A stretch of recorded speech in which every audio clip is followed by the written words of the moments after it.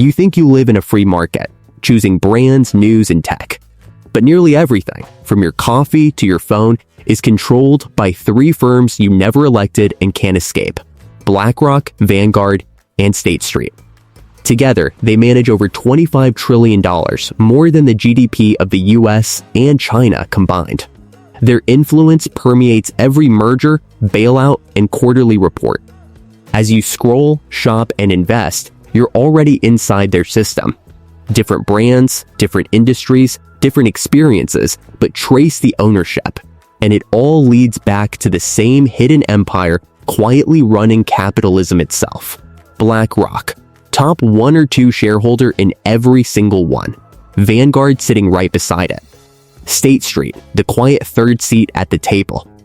You didn't buy Apple stock. You bought a slice of a company owned by the same firms that own everything else. The illusion of choice is their greatest product. Every brand war, every ad campaign, every competition is just one hand selling to the other. And you're financing both sides. Together, the big three own about 18% of all US public equities. In the S&P 500, they control up to 25%. That means 1/4 of corporate America, from Amazon to Exxon, votes under 3 letterheads. They own 90% of the top 500 companies, including media: Disney, Comcast, Fox, Tech, Apple, Google, Microsoft, Finance, JP Morgan, Goldman Sachs, Bank of America, Pharma, Pfizer, Johnson & Johnson, Modena, Food, PepsiCo, Coca-Cola, McDonald's. The list doesn't stop, it loops. Each quarter, new startups go public, and before the ink dries, BlackRock and Vanguard quietly appear in the top 10 shareholder list. The empire doesn't conquer by invasion, it conquers by index funds. Most investors think of index funds as harmless, a set-and-forget investment. You put your money in an ETF, it tracks the market, and everyone wins. Except that behind the curtain, those shares come with voting rights. When Apple holds its annual shareholder meeting, it isn't your few fractional shares that decide. It's the 8% voting block held by these firms, and they vote as one. They don't just own the companies, they direct them. How they report emissions, which executives stay, which products launch. It's quiet, legal, invisible, and it turns passive investing into active control of the global economy. That's why every major CEO, from Tim Cook to Jaime Dimon, keeps a private line to Larry Fink's office at BlackRock. Because when BlackRock speaks, markets move. Meet the architects. Larry Fink, CEO of BlackRock, the man who calls presidents, not the other way around. Mortimer Buckley, Vanguard's quiet chief, successor to Jack Bull's idealism, turned trillion-dollar gatekeeper. Ronald Hanley, State Street's Boston-bred strategist, the third wheel in the most powerful trio on earth. They don't appear on magazine covers. They appear on policy boards, World Economic Forum panels, and Federal Reserve consultations. Their fingerprints are on everything from SG mandates to pandemic stimulus programs. And yet, you've probably never heard their voices. That's not by accident. It's by design. Because the less you know about who runs the system, the less you question why it always benefits them. In 2020, when the global economy shut down, something extraordinary happened. While airlines, restaurants, and small businesses collapsed, BlackRock's Aladdin platform, its AI risk management system, was chosen by the US Treasury to help manage the Federal Reserve's bond buying program. Translation: the same company that owns Wall Street was now advising the government on which assets to save. Conflict of interest, they called it stability. Within months, markets rebounded. But not because small investors saved them. Because the very architects of the crisis were hired to rebuild the house they set on fire. They weren't rescuing the system. They were rewiring it. You think their control ends at the stock market. But look deeper. The empire doesn't stop at finance. It bleeds into everything. BlackRock alone advises over 100 governments and central banks. Its risk platform, Aladdin, monitors more than $21 trillion in global assets, nearly half of the entire world's GDP. That means when a country adjusts its pension policy, a corporate bond rate, or even its energy investment strategy, BlackRock already knows. They're not just predicting the future, they're modeling it. Vanguard's reach is different, more quiet, more permanent. Vanguard doesn't just hold stocks, it holds your retirement. 1 out of every 2 Americans with a 401k or IRA has Vanguard managing their savings. Every paycheck you earn feeds the empire. You didn't choose them. They were built into the system before you were even born. Now, visualize the web. At the center, 3 nodes: BlackRock, Vanguard, State Street. Connected to them are thousands of companies across every sector. But look closer. These companies also own shares in each other. Pepsi owns Coca-Cola shares through funds. Coke owns Pepsi through another. Apple's pension fund invests in Microsoft. Microsoft's ETFs invest in Apple. The web loops infinitely until the ownership becomes circular, like a hall of mirrors reflecting power back and forth until no single entity is accountable. That's not capitalism. That's feudalism with Wi-Fi. And the 3 lords sitting on top, they don't need to own 100%. They only need enough to steer the ship. When politics and money blend, the line disappears. In Washington, BlackRock 6 executives rotate through the highest levels of power. Brian Dees, former BlackRock executive, became Biden's economic advisor. Wally Admo, also ex-BlackRock Deputy Treasury Secretary. Michael Pyle, ex-BlackRock Chief Economist to the Vice President. This isn't lobbying. It's infiltration. They don't fund politicians, they become them. And once they're in the room, policy follows profit. Environmental standards that look altruistic. ESG funds that claim morality but lock capital into pre-selected firms. Each one designed, approved, and managed by the same hands. Your moral compass was outsourced to a boardroom, and the world applauded. The web doesn't stop at America's borders. In Europe, BlackRock advises the European Central Bank on climate transition finance. In Canada, Vanguard manages entire public pension systems. In Japan, State Street works directly with the Bank of Japan to manage ETF purchases. Their influence is so deep that even nations don't own themselves anymore. When the Bank of Japan buys its own stock ETFs to stabilize markets, who manages them? BlackRock. When the ECB invests in green bonds, who structures the funds? Vanguard. When small governments need to model their financial systems, who lends the software? State Street. They built the architecture of global finance, then quietly charged rent to use it. Here's the part that most viewers miss. These companies don't just own businesses. They own the land, the data, and the debt those businesses depend on. BlackRock is now one of the largest landlords in America, buying entire neighborhoods through shell LLCs. They don't flip houses, they hold them forever. State Street is one of the biggest custodians of data, not social media data, but the raw numbers of every mutual fund, ETF, and corporate filing in existence. And Vanguard, its structure is unique. It's owned by its own funds, meaning the investors who put their money into Vanguard technically own it. Sounds democratic, but who manages those funds? Vanguard. It's a closed loop, an empire with no emperor, only algorithms and legal structures that protect themselves from scrutiny. You think media is independent? Think again. The same firms own major stakes in Disney, Comcast, Paramount, Fox, and News Corp.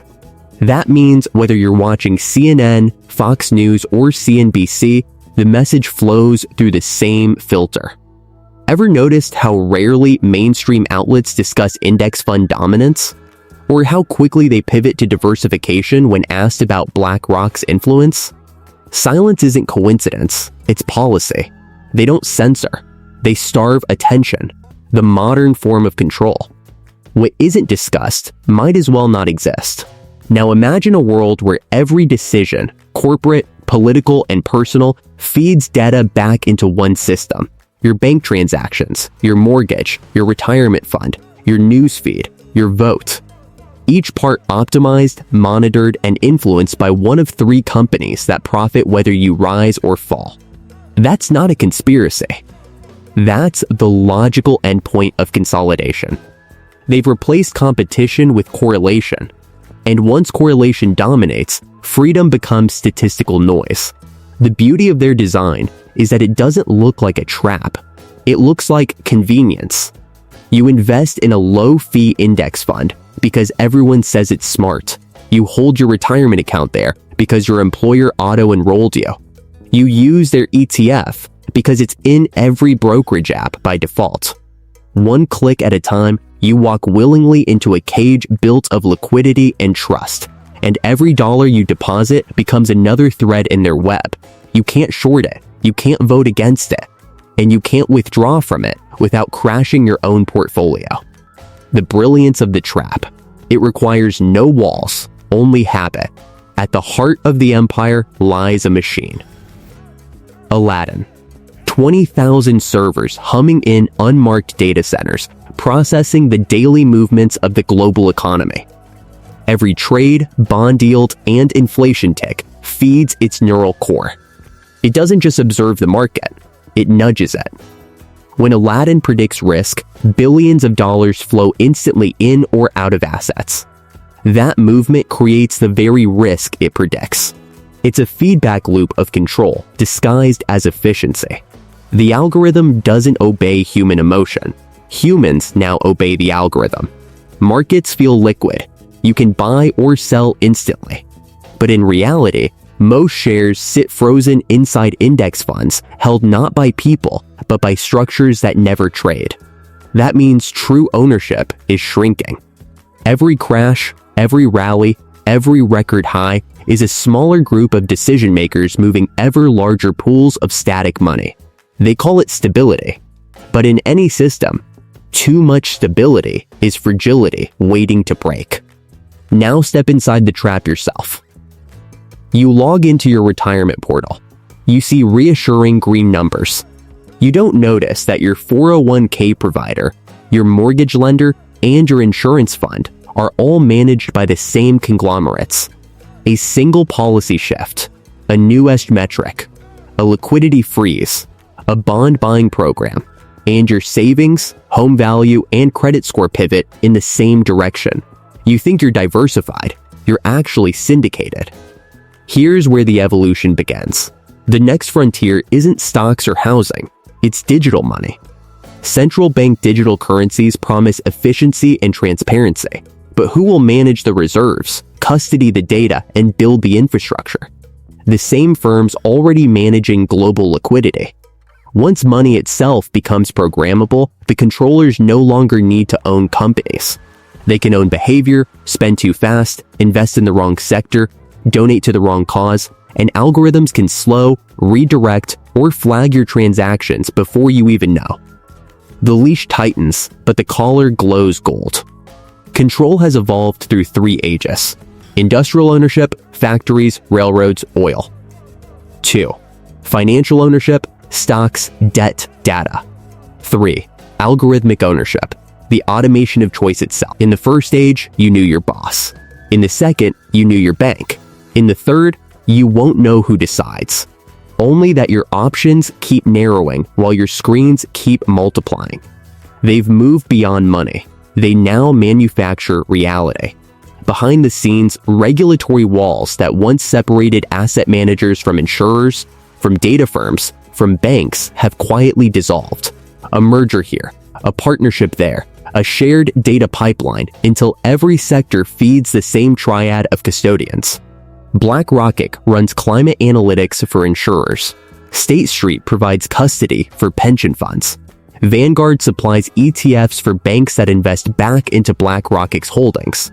It's a self-funding loop that no antitrust law can easily untangle, because on paper, they're competitors. In practice, they're one organism. Adam Smith's invisible hand once symbolized the market's wisdom. Today, that hand has a face and a boardroom address. 3 signatures determine the direction of trillions. 3 quarterly reports move the global cost of living. 3 men can with a memo shift the fate of entire nations. It's not malice, it's momentum. A machine that can't stop compounding power because the system itself rewards it. You wake up in a house whose mortgage is serviced by a bank partially owned by BlackRock. You brew coffee from a company held by Vanguard's consumer staples ETF. Your energy bill paid to a utility company with State Street among its top shareholders. You scroll through news curated by algorithms trained on platforms owned by their funds. You swipe a card linked to a bank that invests your deposits back into the same networks. Your 401k, a target date fund that automatically buys the same index holdings each month. Invisible hands adjust every dial, interest, dividends, valuations, without seeing your face. Your data is your face. Paychecks flow upward through custodians and clearinghouses, re-emerging as earnings for the very firms owning your employer's fund. No vote, no exit. You live in the house the empire built, renting your existence. Control doesn't scream tyranny. It hums as anxiety beneath every market update, inflation headline, and policy shift. Numbers you can't influence dictate your life, yet when markets rise or fall, you're told it's cycles or confidence. The rules shift at lightning speed, the scoreboard coded by those running the casino. Different century, same empire. In the early 1900s, Morgan, Rockefeller, and Carnegie controlled oil, steel, and railroads, the Gilded Age. Government broke their companies, but the idea survived. Ownership evolved into funds, technically your money, yet monopolized by consent. Every empire follows a pattern: conquest, consolidation, control, disguised as care.